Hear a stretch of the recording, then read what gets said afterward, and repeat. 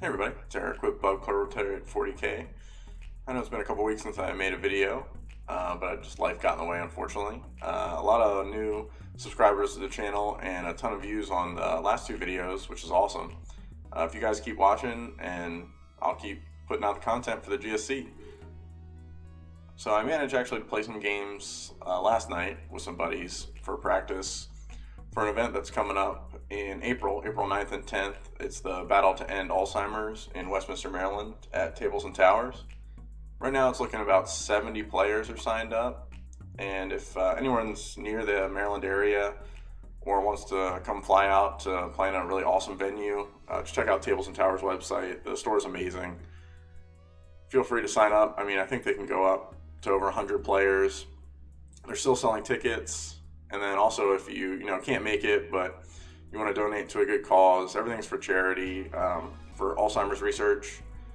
I'll have a link below that you can check out. If you're in a spot to do that, feel free. And then if not, hopefully I'll be covering the tournament after I go. I'm taking my GSC, so I'll definitely have at least pictures of my games and then, recap of what happened. Hopefully I don't play all Tau players. We'll see how it works out. So again, check out the Battle to End Alzheimer's, April 9th and 10th at Tables and Towers in Westminster, Maryland. Alright, so now for some GSC content, and as you can see today we're going to talk about are Abberants actually good? I know when this codex came out, I flipped right to the page for the Abberants. I have 20 of them sitting out in the garage that I just haven't got to use for, over a couple years probably. Just because when they first came out with the 8th edition codex, they were so good, probably a little too overtuned. And then GW nerfed them into the ground with their patented triple nerf, and they just went in my garage never to see the light of day again, unfortunately. But last night I actually took out one squad to 10 into my buddy's Guard and another buddy's Space Wolves. And I think there might be something there. They're just so tough. They put out a ton of damage. They shrug off anything with like the heaviest fire or a ton of shots. So I kind of want to do an overview of why you should be throwing these into your list. And I'm definitely not the first person to have this idea. I know a bunch of people have already started throwing them in there. I've seen, either myriad cults or definitely bladed cog or some other cults that just throw in either a unit of 10 aberrants, or some people go all in with like 30.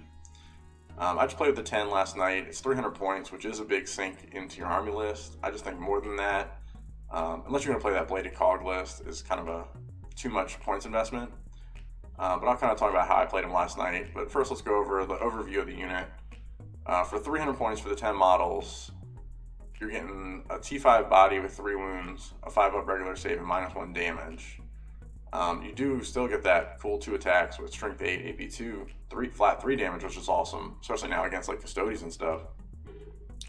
But when you look at that for 30 points, I mean, that's not that great. But really where the synergy comes in is the other things that the GSC Codex can do to buff this unit. First off, you gotta look at that 2 attacks and think 20 attacks, that's not great hitting on 3s. I don't love it. And I don't want to pay the 100 points for an Abominant to make them reroll their hits, because I haven't yet to play with that guy yet, but he seems like a big waste of points. I know some people love him. Maybe if you take 30 Aberrants, I would go for it, but in just 10, I probably wouldn't spend the points. Some ways to buff their offensive output is, like, I play them in Pauper Princes, so in the first round of combat, they're hitting on 2s, and that feels real good, especially when you put Might from Beyond on them to get that +1 attack. So now they're getting 31 attacks at the strength 8 AP2 flat 3 damage. But the damage really isn't why you're taking these guys. You're bringing them for their durability in an army that really lacks any durable units.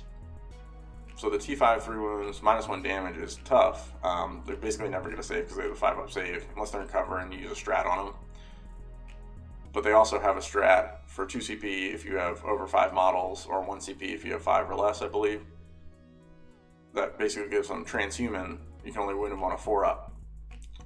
So a lot of the fire that's going to be wanting to focus these guys is going to be higher than that, strength 5 that's going to put them on the 4-up. So any large guns going into them like Tau Plasma, any out of line of sight shooting, like now with the Night Spinners for the Eldar Codex, can only win them on 4s, which is amazing. And then you can start looking at things in the codex like the Biophagus. He can sit next to them and pick his buff that he gives them. Since they're Aberrants, I actually just bought the upgrade where he could pick either way because I wanted to buff my Acolytes to give them the 5-up. Oh, that says 5++. That's not right. But it gives them the 5-up Feel No Pain, not the 5-up Invulnerable save. So with the 5-up Feel No Pain -1 damage, it really skews the math into a lot of stuff. Last night my opponent was taking guard Manicores and was trying to shoot at my Aberrants since they were just in a ruin ready to pop out, advance and charge with Psychic Stimulus and just tag his tanks and mess up a bunch of guardsmen. And I think he shot 2 Manicores and got a decent amount of hits, and he killed 3 total Aberrants. Even with the full payload, flat damage 3, it's going down to 2. They have the 5-up Feel No Pain, so it's really unreliable to kill that many and to get those wounds through. And with the wounding on 4s, it's again really unreliable now. You got a 50-50 chance to wound one of them. It's 2 CP, and you're paying for the Biophagus, but I think you really have to run the Biophagus with these guys to have the maximum durability that you're really looking for. The Biophagus also sits in my lines and hands out that buff with this little Acolyte dude to other units on the table, like my big Neophyte Blobs and my big Acolytes that are either hiding in ruins or coming down later. Now they can't obviously do it because of when the Biophagus gives the buff out if a unit deep strikes on the table, so just make sure you're taking that into account when you're playing with the Biophagus and trying to give that buff out.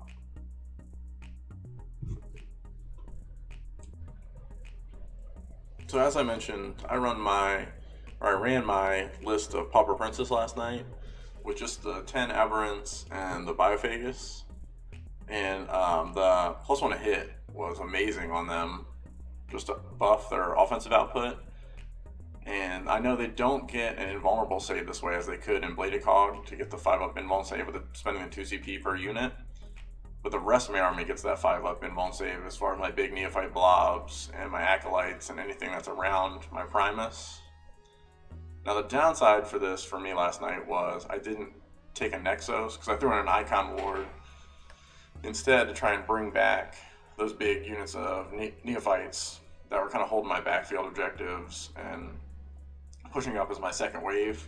And I think it worked pretty well. The Aberrants were an awesome countercharging unit. After I pregame moved my Gene Stealers, I went first both games to go clog up my enemy's lines. Then those Aberrants could move to a ruin a little further forward towards the center objective or towards, wherever the threat's going to come and just prep for next turn. And they just have so much staying power compared to anything else in the GSC. I think they're definitely going to stay in my list. Another way you could run them is, again, in Bladed Cog, where they're going to even get more tough. It's just they won't have as good of an offensive output, which there are ways to mitigate that, which we'll talk about next. But they'll get the 5-up Invulnerable save, along with the -1 damage, along with you take a Biophagus for the 5-up Feel No Pain, and they're becoming crazy resilient. Just right off the top, you're getting rid of 33% of the damage with the 5-up Invulnerable save. Now they're -1 damage, and you have the 5-up Feel No Pain already to mitigate even more damage coming in. I definitely want to give a try to, your list of 20 Bladed Cog. It's just Bladed Cog's Cult Creed for me is not amazing. Everything in the army will get a 6-up invuln, which is kind of cool, as opposed to the 5-up if you position correctly with Pauper Princes. But losing out on that +1 to hit really hurts. There's a character, I guess, you can take that some people do take with them, the Abominant. You can see there with his little dude, Mindworm Familiar in the bottom of the screen. But just 90-some points is so expensive for this guy. And he still has 3 attacks, which is hilarious. He does a ton of damage, and he rerolls, lets all the Aberrants reroll all their hits when he's near him. It's just that 95 points for a GSC army that is already going to be character heavy and is already spending a lot of points on characters really, really hurts. But I guess you could fit him in there, because if you're running, 3 squads of 10 Aberrants or 2 squads of 20 in Bladed Cog, at that point I don't really see the point to take a Primus, because he's not buffing them because they're not core. So a Primus is 75 points, the Abominant's 95. You can make up that 20 points somewhere. I'll try him somewhere.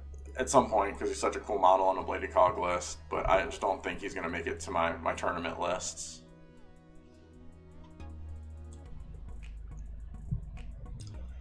So my verdict is my 10 Aberrants are definitely staying in my Pauper Princes list. When the Codex first came out, like I said, I was really down on these guys, and just putting them on the table and giving them some play really changed my mind. I think I'll take Pauper Princes to the Battle to End Alzheimer's here coming up in April. List submission is due, I think, April 2nd, and the tournament packs just come out today. So we'll see. I mean, I'll get to look at the missions beforehand, so that's kind of cool to tailor your list to. I always like how tournaments do that, so you have a little extra planning you can do. But the Pauper Princes +1 to hit and the 5-up in normal save, buffing the entire army, feels so strong. I probably won't move to the Bladed Cog, although I'll definitely try that for some practice games.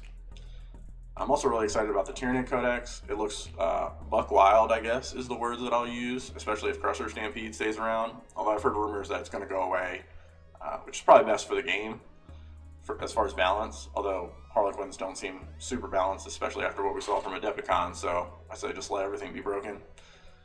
I'm going to stick with the GSC for this ITC season, probably not switch over to Tyranids, even though they're definitely better. It's kind of hard to argue that.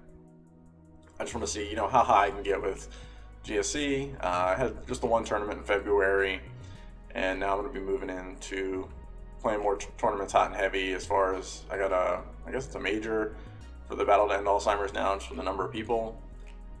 And then in June is the Maryland Open. Again, feel free to check that out. It should hit the 256 player mark in Westminster, Maryland at Tables and Towers, which they're renting out a whole other section of the mall that it's in. The store itself is huge and has two other smaller mini stores, I guess, there for usually D&D and bigger events. But they're renting out another area, and they have plenty of tables. They have plenty of terrain. It's crazy to me that there's going to be that big of an event here in Maryland, so I'm pumped for that. Thanks for listening, guys, and again, thanks for subscribing and all the views on the videos.